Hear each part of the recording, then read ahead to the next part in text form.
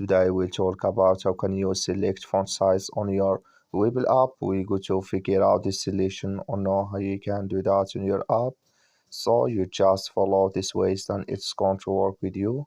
All you have to do, you just go down, you click here on menu down here, you just click on it.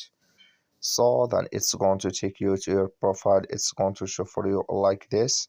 Then all you have to do now, you just go here above settings, you click here on settings.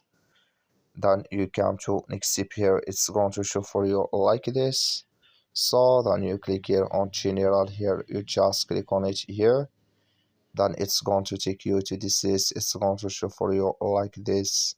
Then you click here on font size and here, so can you select here your size here if you want to add standard or large here, or can you select. So here, that's all. Thank you for watching. Don't forget to support us by liking, subscribe.